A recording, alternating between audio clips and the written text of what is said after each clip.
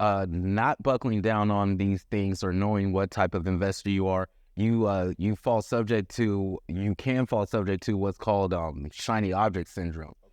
So like, oh, I heard about short-term rentals. Oh, I want to go do that. I heard about medium-term rentals. Oh, I want to go do that. I heard about long-term rentals. Oh, let me go do that. Oh, heard about this market, that market, this market. It's like you really want to zero in. I'm not saying you can't have multiple strategies or that you can't invest in multiple markets, but for each specific purchase, you need to know what it is you're trying to accomplish with that property purchase.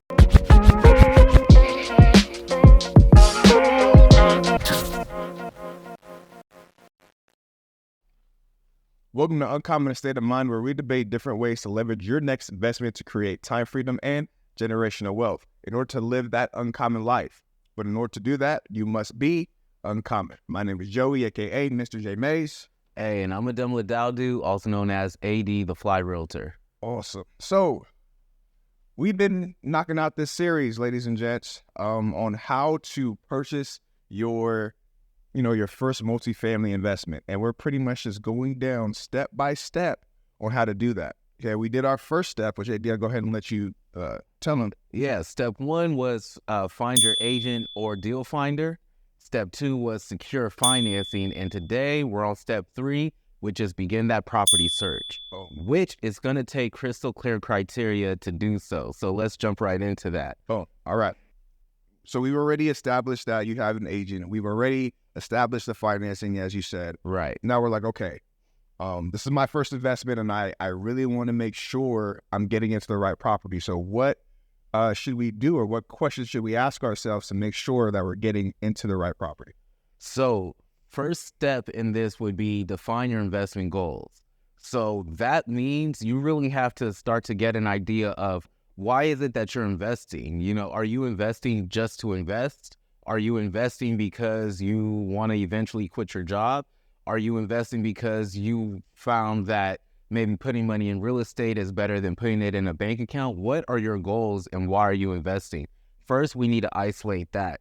If you go back to the first step, find your agent, that was part of that phase also. But here's where we really start to buckle down on our goals and what it is we're looking for in our first investment. Yeah, so I'm going to piggyback off of that because, in order to really find the right investment for you, and this is something that I learned myself, you have to determine what type of investor that you are. Am I the person who really wants to be hands-on in this investment? Exactly. Wants to dig into all of the nuances of this, or do I want to take a step back and kind of just let my money work for me and just chill and just check? Exactly. No, for real. And within that, you have to think about, okay, am I looking for long-term rental income? Am I looking for short-term gains? Even with that, it goes back to what Joey just said, like what kind of investor are you? Are you someone who you're looking for a situation where you can set proper things in place and you have more of a hands-off experience? Or are you looking for what could turn into another job where you're in the hustle and bustle day in and day out? Because answering those questions and being honest with yourself will lead you to what kind of investor you are and give you a better idea of what kind of investment decisions you should be making. And honestly, this is a super, super important step because this right here is going to build the foundation of why you're investing and what you're investing in. You can always refer back to the type of investor you are and the exact property that's going to help you become that investor. And if you don't do this step, you're going to really just be chasing investments that, don't really fit the type of person or the type of investor that you are. Or you can, to piggyback off that, not buckling down on these things or knowing what type of investor you are, you can fall subject to what's called shiny object syndrome. So like, oh, I heard about short-term rentals. Oh, I want to go do that. I heard about medium-term rentals. Oh, I want to go do that. I heard about long-term rentals. Oh, let me go do that. Oh, heard about this market, that market, this market. It's like you really want to zero in. I'm not saying you can't have multiple strategies or that you can't invest in multiple markets, but for each specific purchase, you need to know what it is you're trying to accomplish with that property purchase. You know what I mean? So A lot of times people get into a situation where they heard somebody else say something and they heard the enthusiasm that person had and it sounded good, but that person has a completely different temperament or a completely different idea of how to live their life or their day to day than you do. And you could get yourself into an investment that it might not be as satisfactory for you. So like, just be sure about that, be clear about it, and it's not to say that if you do make a mistake or you invest in something, you realize, oh, maybe that's not me. It doesn't mean you're stuck to that, like in the future, it might not be right away, but eventually in the future, you are able to pivot away from that decision. But still, like, it's just better to be very clear from the jump. Exactly. Having a clear definition of what you want for yourself, you could always measure all these other opportunities to what you want for yourself. And if they don't align with what you have for yourself or the investor that you are, then like, okay, this sounds amazing, this sounds cool, but it's not for me right now. Right. This is what I have to go ahead and stick to. Yeah, I'm glad you said that. Like, last thing before we move on, that you have to be able to hear somebody else doing something dope in their field and not be so quick to jump and change strategy. So like, the more you listen to podcasts or listen to audiobooks or like get in touch or contact with successful people, you're going to hear all types of things that sound good all the time. And some of them might be things you can pick up, but most of them aren't things that you should pivot from. You need to be able to focus, on a centralized idea or topic. But anyways. Yeah. Yeah, I just feel like I had to preach a little bit. Like, I see it all the time. Yeah. Like, I mean, to a degree, I used to fall subject to that. Like, oh, I want to do this. I want to do this. I want to do this. It's like, maybe you can, but not all at once, right. But number 2, that's going to be research the market. So if you have that agent or deal finder, a lot of that they're going to be able to help you with. But again, there is a certain amount of research you want to do on your own, so check that market. You want to see what the local real estate market updates are. What are the real estate trends currently? What are the rental demands, whether it's long-term or short-term rentals? Understanding those market conditions, that's what really helps you make an informed decision when you decide to put in the offer and eventually make that purchase. So it's just especially important, No, I hear that. And to be honest with you, we've said this in our other sections as well. Research, it's probably going to keep coming up. It's going to keep coming up. So important to do your own due diligence and not just rely on what somebody has told you. You know what I mean? Especially if they're looking to, capitalize off of working with you. You need to make sure that you know the information, whether it be about that market or be about that specific property, to then make informed decisions for yourself and judge the information that you've learned for yourself against any other person in that industry or maybe your agent's information. That way you know that you're coming to a solid conclusion before you move on. Right. Okay. I like that. I'm glad you said that. Moving on to number 3. This is going to be analyze potential returns. So whether that means calculate potential cash flow, cap rates, return on investment, return on equity, which is something a lot of people don't talk about, that kind of analysis is really going to help you identify the properties that would be best suited for your goals. So this is in conjunction with understanding what you're investing for or what your investment goals are. So if you're looking to house hack, maybe ideally you're not necessarily looking for a return on investment right away, or maybe you're not looking for a cash flow or cash on cash return. You're probably looking for somebody to take out a big chunk of your mortgage payment. So go ahead and can you give me just a really brief, short definition of house hacking? So house hacking, this works best in a multifamily. You can do it in a single family or a condo as well. But house hacking is pretty much purchasing a property and then having tenants come in to pay either all or a portion of your mortgage. This is like in low-cost areas or places where you can have a low mortgage, you might have an opportunity for them to pay all of your mortgage. In a high-cost area, LA, the Bay, Miami, Dallas, Chicago, all these big cities, it might be a little harder to get somebody to pay all of your mortgage, But if standard rent is going to be 2,500, 3,000, and you can get it to a situation where you're paying 1,000, 1,500 a month, that's a win. Not to mention you own the property and you still get the tax benefits. So, I mean, that's a win. So that's a small little.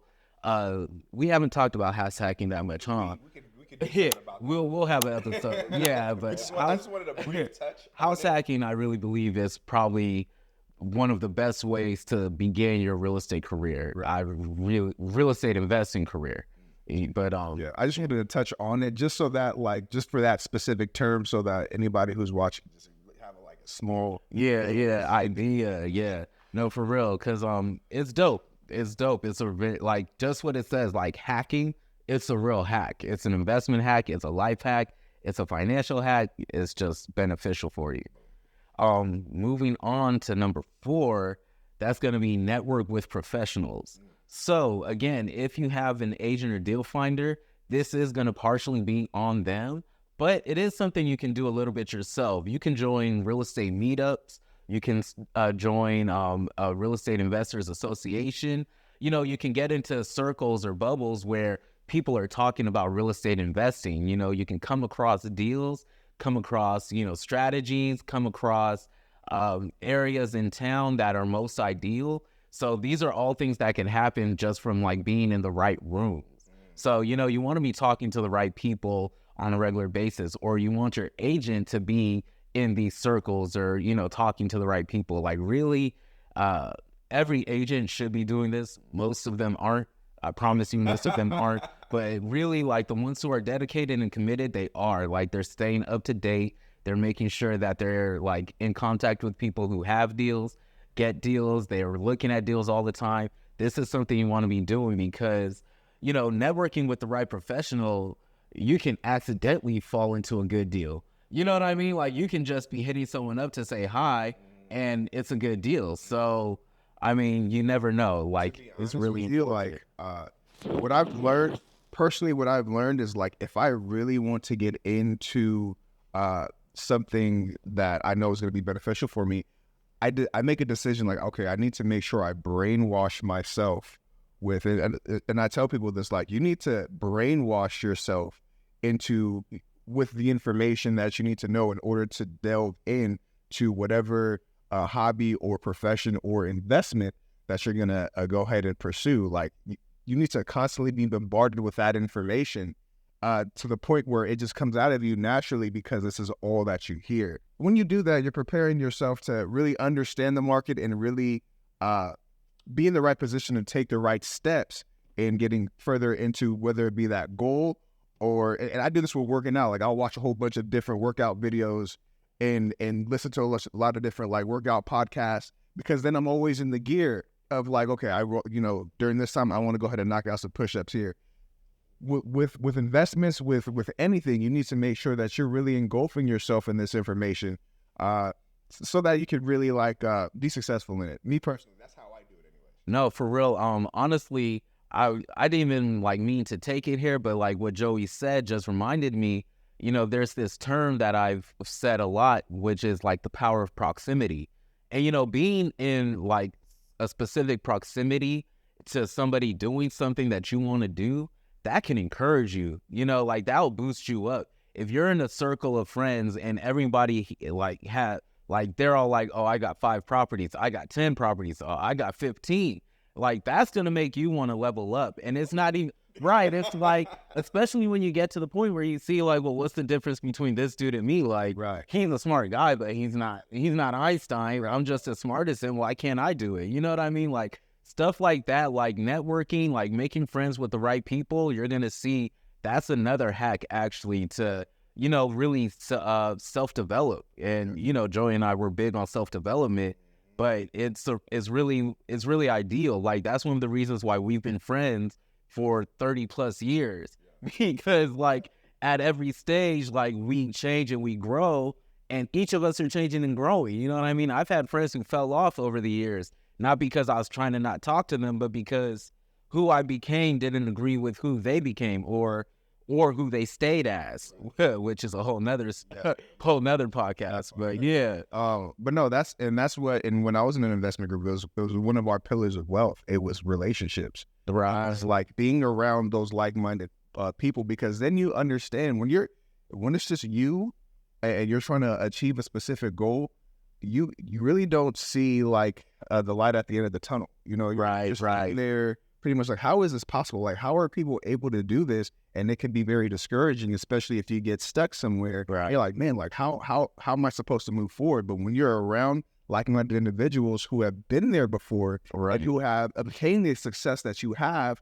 or not that you have, but the success that you're aspiring to, you're like, oh, so not only can I ask them questions about this, but I see that they have conquered this hurdle. Right, exactly. So if I see that they have, and this person has, and this person has, I can definitely do it. I can do it. Man, that's so true. Like, it's crazy because, at this point, I've been married for like 5.5 years-ish. And, we're getting to that point where like we have more experience. People don't just look at us as like, oh, newlyweds or newcomers to the marriage game. Right. But like, I hear couples and some of the stuff that they're mad about, and like, I'm like, yeah, I'm like, dude, that's a Tuesday. Like, you need to relax, bro. Let that go. You know what I'm right? Exactly. So, but I'm not like, I say that to say like that when you talk to people who've been there and they've done that, they can even help you realize that you're not crazy, you're not tripping, and nothing's wrong with you for having made that mistake or to be going through what you're going through. That's what I'm trying to say. So like he said, relationships, those are so valuable. Networking with the right people, so valuable. So when you find those people who can add value to you, and you have ways that maybe you can add value to them, keep them in your circle, because they're going to help keep you sharp along your journey.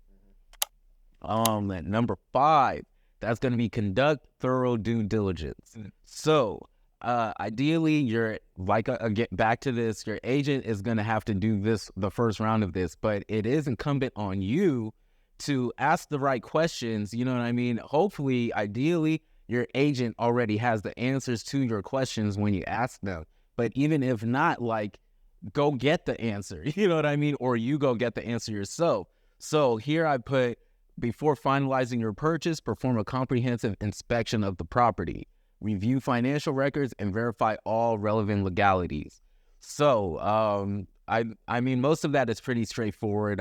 Relevant legalities, that's going to go more so into the type of rental you're doing or what your strategy is, and then if it's okay in that city, county, or area. So, long-term rentals, that's usually fine everywhere, but once you get into the short-term or mid-term rental space, it's something where you're going to have to know what's going on. It's huge. Honestly, the first thing that you want to do, especially if you're deciding that your strategy is going to be for short-term rentals, is to figure out the ordinances around short-term rentals in that location. Right. Some locations will forbid it. Some locations will allow it with specific licenses. So you need to make sure you understand what that location is. And some of them just were like, okay, we don't care. Just do what you want to do. Just make sure that we get paid during tax season. Right. So you want to make sure you understand the laws, the local laws in the area. If you're going to go do this in the short-term rental route or the short-term rental space, what those are, so that way you don't run into any issues moving forward. On top of that, if you're going to do this within the short-term rental space, you also want to check out the best performing short-term rentals in the area and what type of clientele that short-term rental is possibly pulling in. Like, is this a popular vacation destination? Is this a place for business professionals and they come to, stay while they're conducting business? And on top of that, check out the most common amenities for that short-term rental. Like, is it a pool that people are really concerned about? Is it Wi-Fi, very fast Wi-Fi, a gym? You're going to understand what's bringing people in and why people are booking specific properties consistently. That way you can jump on the ball early, and instantly once your short-term rental is up, you can start participating in that success as well. Right. That reminds me of Tony Robinson he's from the Bigger Pocket Circle, but he invests heavily in short-term rentals, but he says he only buys in vacation destinations because he knows that the likelihood of rules and laws staying the same and allowing for short-term rentals are, the likelihood of that is very high because that's how that city makes a lot of their income. So it's like, that's just something to think about, whether it is a vacation destination or whether it's, professionals coming to work. Like, you need to think about what is the likelihood of laws turning around on me, because if you own the property, then you just own it. And if that strategy is now null and void, that means even trying to sell the property might be harder because now the end buyer doesn't have that same strategy available to them. Exactly. It's awesome. And to understand, also understanding the pros and cons of each strategy is very important. Like what Tony Robinson's strategy was, I really like that as well. Me personally, I deal more with corporate travelers. And the reason being is because no matter what season it is, or if, travel tends to dip when it comes to like vacation destinations, People I know that to go to work. Corporate travelers still need to work and they still need a place to stay while they're out conducting business. So understand your strategy, understand your avatar and the persona that you kind of want to model that's actually coming to your place, and pretty much just understand the strategy. We'll just keep it at that. No, but those are the 5 I have. There are some other things we can squeeze in there, but those are the things I really wanted to touch on for that property search. So just a quick recap: define your investment goals, research the market, analyze potential returns, network with professionals, and then conduct thorough due diligence. So these 5 things I do believe can help lead you to a successful investment. No investment is for sure, but once you do all of these things, I think you do have a higher likelihood of a successful outcome. Hey guys, getting into your first investment could be scary, but when you know where your funds are coming from, it really helps take off a little bit of that stress. Of course, you can do loans, you can go borrow money from banks, but one of the most powerful and underutilized sources is business credit, guys, especially when you're paying at a 0% for the first year or 13, 14 months. Check out the link below. I have a connection with Fund and Grow, who's helped me fund over $400,000 of my deals or investments. And they're an awesome resource with a 60-day money-back guarantee if they can't provide you results. So check out that link below and check out Fund and Grow, guys. Yeah, and if you're looking to buy property in Southern California, check down below in the notes as well. I'm able to hook you up. I'll help you out. Even if you're not an investor, I can help you buy property with an investor's mindset. All right, and what else? Don't forget to like, follow, and subscribe. Leave us a comment, leave us a rating. It's going to help us out, and then it gives us an opportunity to reach more people and get the message out. And that is a wrap, ladies and gentlemen. AD is going to go ahead and bring us the B for today. All right, guys, the B for today is be prepared. So, just like what we've discussed the whole episode, whether you have an agent or not, do your research, all right? Ask the right questions. Don't just take whatever you see or whatever you hear for face value, Dig deep into the numbers, dig deep into the statistics, because this is your investment. It's your baby. So if you mishandle it, that's on you. You can't blame anyone else. So be prepared. There you go. Be prepared, be you, and be uncommon. Stay up, guys.